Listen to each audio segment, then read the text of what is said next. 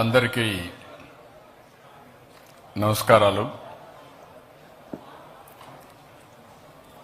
నేను ఎప్పుడు కూడా ఇష్టపడే నగరం విశాఖపట్నం. దానికి అనేక కారణాలు ఉన్నాయి. ఈ నగరంలో ఒక ప్రశాంతత, ఒక పాజిటివ్ యాటిట్యూడ్, ఒక మంచికి సహకరించే మనస్తత్వం, ఏదైనా మంచి విషయాలు చెప్తే ఇమీడియట్గా గ్రాస్ప్ చేసే ఆలోచన ఉండే నగరం. నేను ఎప్పటికీ మర్చిపోలేను. హుదూద్ తుఫాన్ వస్తే నేను హుదూద్ తుఫాన్లో ఇక్కడికి వచ్చి వారం రోజులు నేను ఒక మెసేజ్ ఇచ్చాను. డే 1 ఈ విపత్తు ఎప్పుడూ రాంది, ఇంత పెద్ద విపత్తు వస్తుందని కల్లో కూడా అనుకోలేదు, వచ్చింది. అయితే మనమందరం కూడా సంయమనంతో సమిష్టిగా దీన్ని ఎదుర్కోవాల్సిన అవసరం ఉంది. మీ అందరికీ మళ్లీ పునరావాసం కల్పించే వరకు, మామూలు స్థితి తీసుకొచ్చే వరకు నేను ఇక్కడే ఉంటాను. ఎప్పటికప్పుడు మీకు ఏం చేస్తాను కూడా చెప్తాను. మీరందరూ దయచేసి ఫాలో కావాలని చెప్పి ఒక్క విజ్ఞప్తి చేస్తే దాన్ని తూచా తప్పకుండా ఆచరించారు. అదే సమయంలో దీపావళి పండుగ వచ్చింది. దీపావళి అంటే పెద్ద ఎత్తున క్రాకర్స్ కాల్చే పండుగ. ఆ సమయంలో రోడ్లంతా కూడా చెట్లన్నీ ఎండిపోయి ఎక్కడికక్కడ కొట్టేసిన తర్వాత ఫైర్ యాక్సిడెంట్ అవుతుంది. ఎవ్వరు కూడా దీపావళి జరుపుకుంటాం, క్రాకర్స్ మాత్రం ఉపయోగించొద్దని ఒక్క మాట చెప్పాను. ఒక్క క్రాకర్ కూడా ఉపయోగించలేదంటే అది ఇక్కడుండే క్రమశిక్షణ, సామాజిక బాధ్యత. అలాంటి ఒక హిస్టారికల్ సిటీలో రాబోయే 5 రోజుల్లో ఒక హిస్టారికల్ ఈవెంట్కు నాంది పలుకుతున్నాం.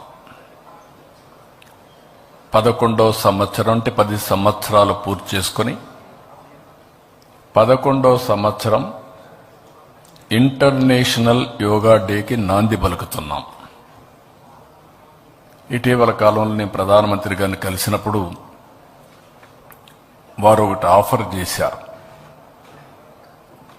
10 సంవత్సరాలు అయింది, యోగా డే జరుపుకుంటున్నాం. విశాఖపట్నం అనువైన ప్రదేశం, అక్కడ మీరు చేయగలుగుతారంటే హ్యాపీగా చేస్తామని చెప్పి నేను ఆమోదించాను. ఎందుకంటే మొట్టమొదటిసారిగా ప్రధానమంత్రి గారు యోగాని గుర్తించడమే కాకుండా UN కన్విన్స్ చేసి, యునైటెడ్ నేషన్స్ కన్విన్స్ చేసి యోగా డేని ప్రపంచమంతా కూడా జరుపుకునే విధంగా కార్యక్రమానికి శ్రీకారం చుట్టారు. అప్పటి నుంచి 10 సంవత్సరాలు ప్రమోట్ చేశారు. ఇప్పుడు 11వ సంవత్సరానికి ఎంటర్ అయ్యే ఈ సందర్భంలో విశాఖపట్నం యోగా డేకి అనువైన ప్రదేశం, one of the best city. ఒక పక్క ఆర్కే బీచ్ నుంచి భోగాపురం వరకు ఇండియాలోనే ఇలాంటి ప్లేస్ ఎక్కడా ఉండదు. అలాంటి సుందరమైన నగరం, మంచి నగరం. అలాంటి నగరంలో అంతర్జాతీయ యోగా దినోత్సవం జరుపుకోవడం మనందరికీ కూడా ఒక అదృష్టం. భవిష్యత్తులో యోగా అనేది అందరి జీవితాల్లో భాగం కావాలి, వే ఆఫ్ లైఫ్ కావాలి. ఈరోజు రోజు రోజుకు పోటీ ప్రపంచంలో పరిగెత్తున్నాం. టెక్నాలజీ ఏజ్లో బిజీ అయిపోయాం. ఈ టెక్నాలజీలో అయితే సెల్ ఫోన్ లేకపోతే, సెల్ ఫోన్ చూడలేకపోతే ఉండే పరిస్థితి లేదు. ఇవన్నీ కూడా టెన్షన్స్. అదే సమయంలో అనేక విధాలుగా ఆరోగ్య సమస్యలు వచ్చే ఈ సమయంలో దీనికి సరైన మార్గం ప్రివెంట్ హెల్త్కి yoga. There is no second thoughts. ఇది వారు చెప్పిన వెంటనే నేను ఒక 40 రోజుల నుంచి ఏం చేయాలని ఆలోచించాం. 1 month ఒక ప్రోగ్రామ్ ఇచ్చాం. ఆ ప్రోగ్రామ్ అని ఒక క్రమశిక్షణ ప్రకారం రాష్ట్రం మొత్తం అమలు చేయడానికి ముందుకు పోయాం. ఈరోజు మీరు చూస్తే ఇంతవరకు చరిత్రలో ఎప్పుడూ జరగలేదు. ఒక్క విశాఖపట్నంలో 5 లక్షల మంది యోగా చేయడానికి ఒక వేదికగా ఎంపిక చేసుకున్నాం. సింగిల్ లొకేషన్ 3 లక్షల కంటే ఎక్కువ సింగిల్ లొకేషన్లో ఉంటుంది. విశాఖపట్నం మొత్తం 5 లక్షల మంది యోగా చేయబోతున్నారు.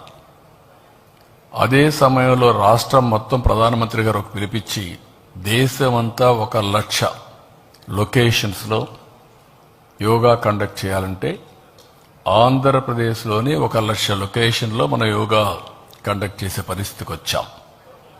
హ్యాబిటేషన్స్ కానీ, గ్రామాలు కానీ, టౌన్స్ కానీ, స్కూల్స్ కానీ, కాలేజెస్ కానీ అన్నీ కూడా.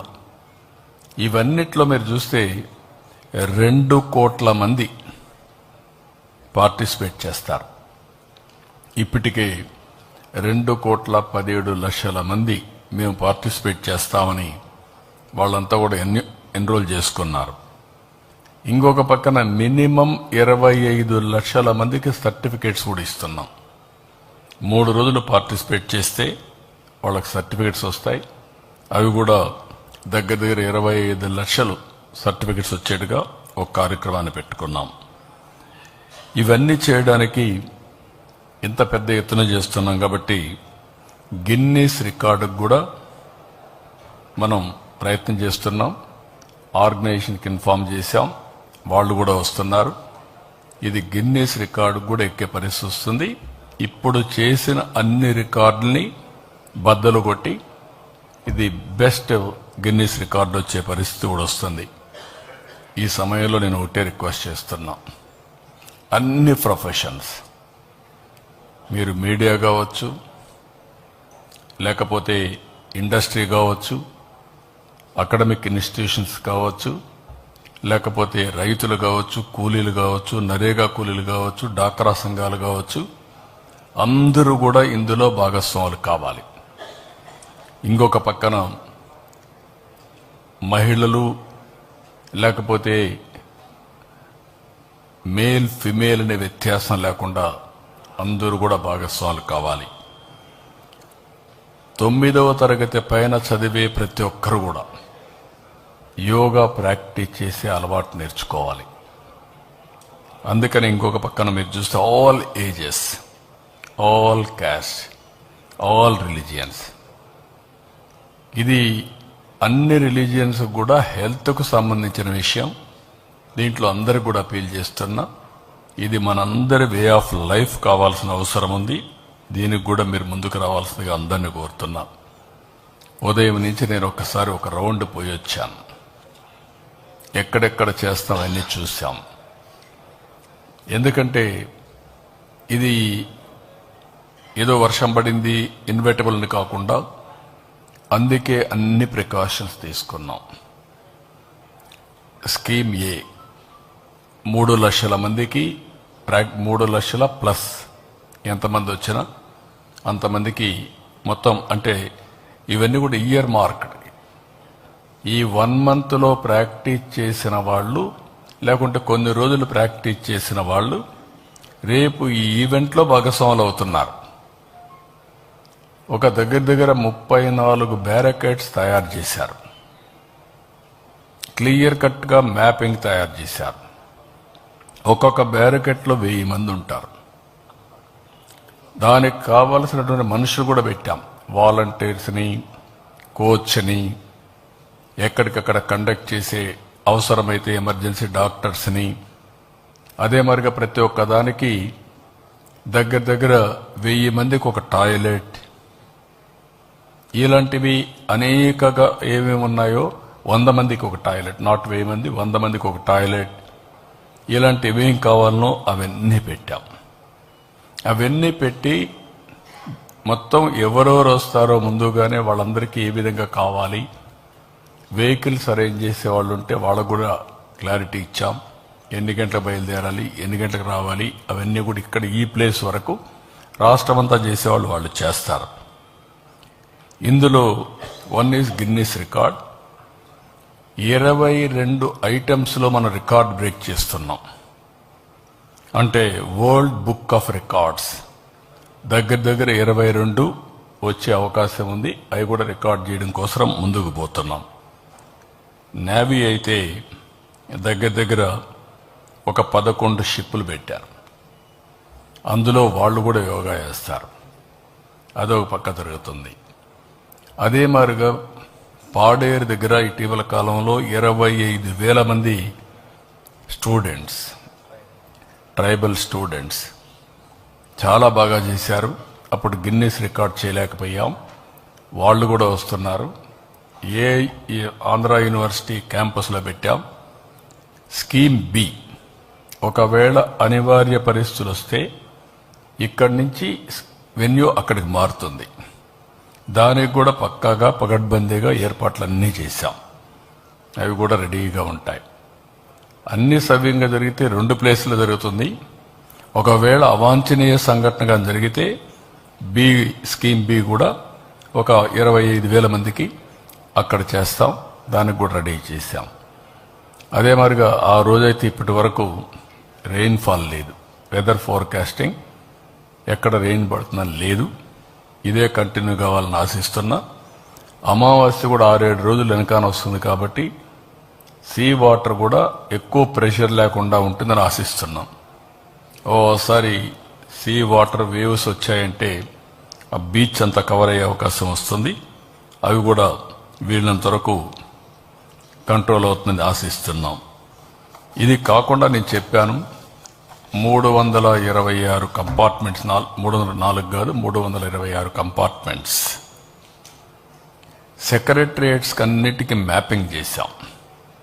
వార్డ్స్ కావచ్చు, పంచాయతీ కావచ్చు, ఆఫీసర్లు కావచ్చు, ఈ సెక్రటరియేట్కి మ్యాపింగ్ చేసి వాళ్ళు ఎవరెవరు వస్తున్నారో వాళ్ళందరినీ ముందుగానే ఇచ్చేసి ఏ సీటుకు ఎవరు రావాలి అనే సీటు కూడా ఇయర్ మార్క్ చేస్తున్నాం. ఉదాహరణకు మీరు చూస్తే 3,55,000 దగ్గర 3,50,000 మందికి మ్యాట్స్ తెప్పించాం. ఇక్కడ సింగిల్ లొకేషన్కి దానికి నెంబర్ వేస్తాం. 326 అపార్ట్మెంట్స్ కంపార్ట్మెంట్స్ 326 కంపార్ట్మెంట్స్లో 1000 మంది ఈచ్. ఆ 1000 మందికి కూడా నెంబర్ ఇచ్చేస్తాం. First compartment 1 to 1000, 326 compartment 1 to 1000. దానికి కావాల్సిన దారి, ఏ దారిలో రావాలి, ఎటు పోవాలి, ఎవ్రీథింగ్ ఇయర్ మార్క్ చేస్తాం. There is no confusion. అదే మాదిరిగా ఇది ఎవరంటే వాళ్ళు వచ్చేసేది కాదు, ప్రాక్టీస్ చేసిన వాళ్ళు వచ్చి చేసేది. కాబట్టి ముందుగానే అందరికీ ఇయర్ మార్క్ చేస్తే వాళ్లే వస్తారు, వాళ్లే ప్రాక్టీస్ చేస్తారు. అదే సమయంలో ఈరోజు నేను కోరింది ప్రజాప్రతినిధులు, ప్రభుత్వ యంత్రాంగం ఇద్దరు కూడా భాగస్వాములు కావాలి.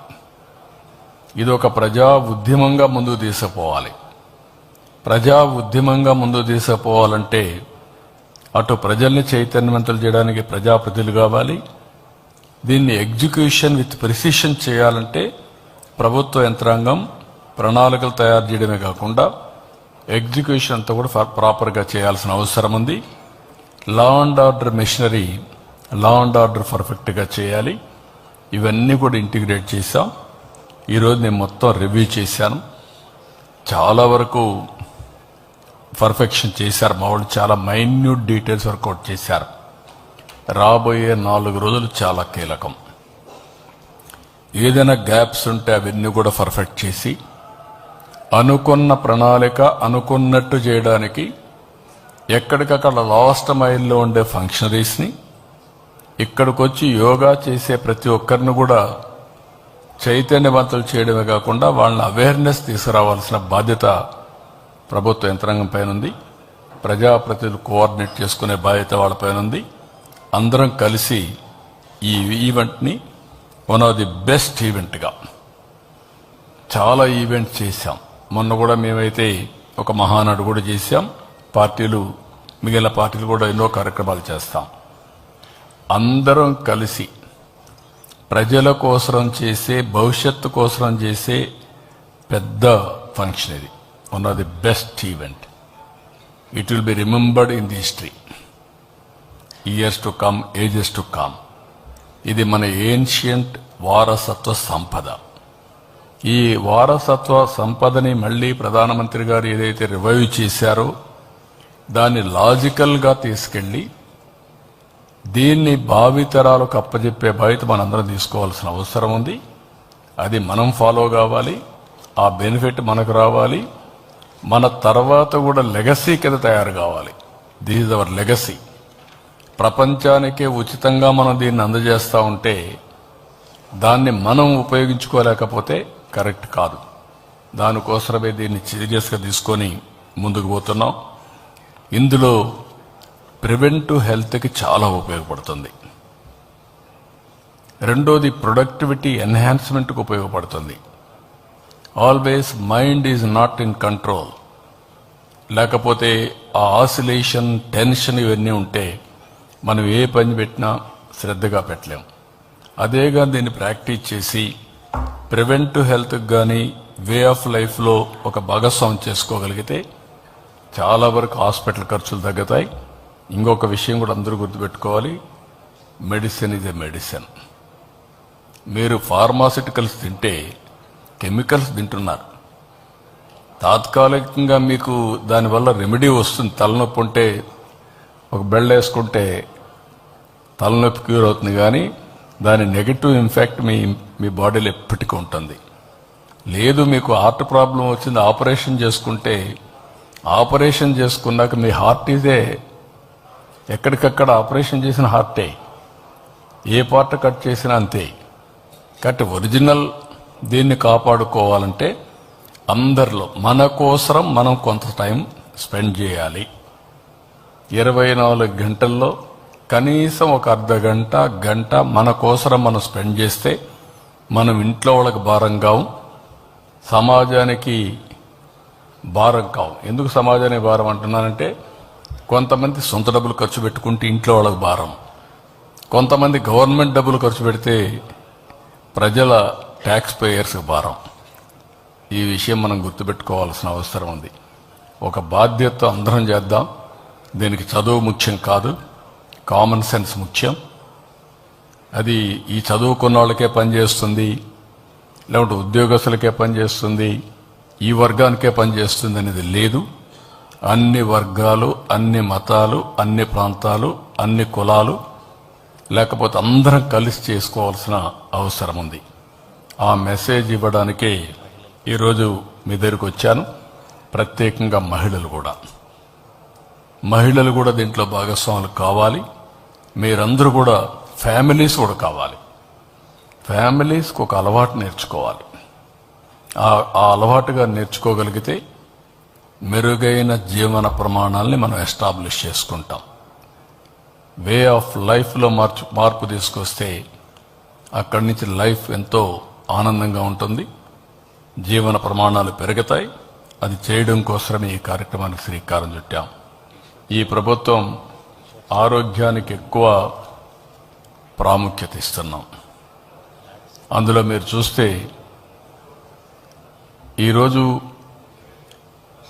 యోగా ఇంటర్నేషనల్ డేని తీసుకొని భవిష్యత్తులో యోగా వే ఆఫ్ లైఫ్లో ఏ విధంగా భాగస్వామ్యం కావాలనో ఆలోచించుకొని అదే సమయంలో ఆన్లైన్, ఆఫ్లైన్ దీన్ని కంటిన్యూగా లెర్నింగ్ తీసుకెళ్తాం. ఈరోజు 30 days మేము పిలిపిస్తే దగ్గర టూరిజం ప్లేసెస్ 106 ప్లేసెస్లో చేయమంటే 2,000, 3,000 వస్తారనుకుంటే 8,000, 10,000 మంది వచ్చారు. It is very interesting. అదే సమయంలో థెమెటిక్ స్కీమ్స్ కొన్ని పెట్టి ఫిషర్మెన్, రైతులు, కూలీలు, లేకుంటే సీనియర్ సిటిజన్స్ ఎన్ని పెడితే పెద్ద ఎత్తున స్పందన వచ్చింది. అంటే ప్రతి ఒక్కరూ కూడా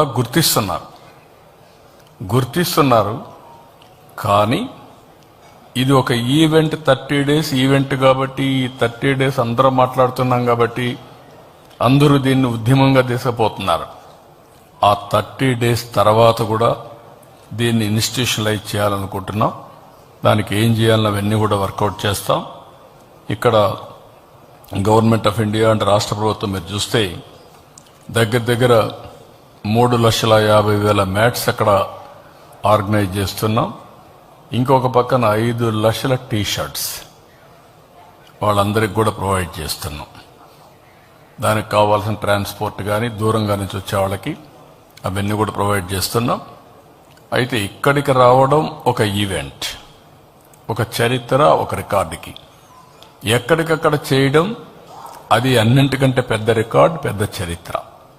ఆ విషయంలో అందరూ గుర్తుపెట్టుకోవాల్సిన అవసరం ఉంది.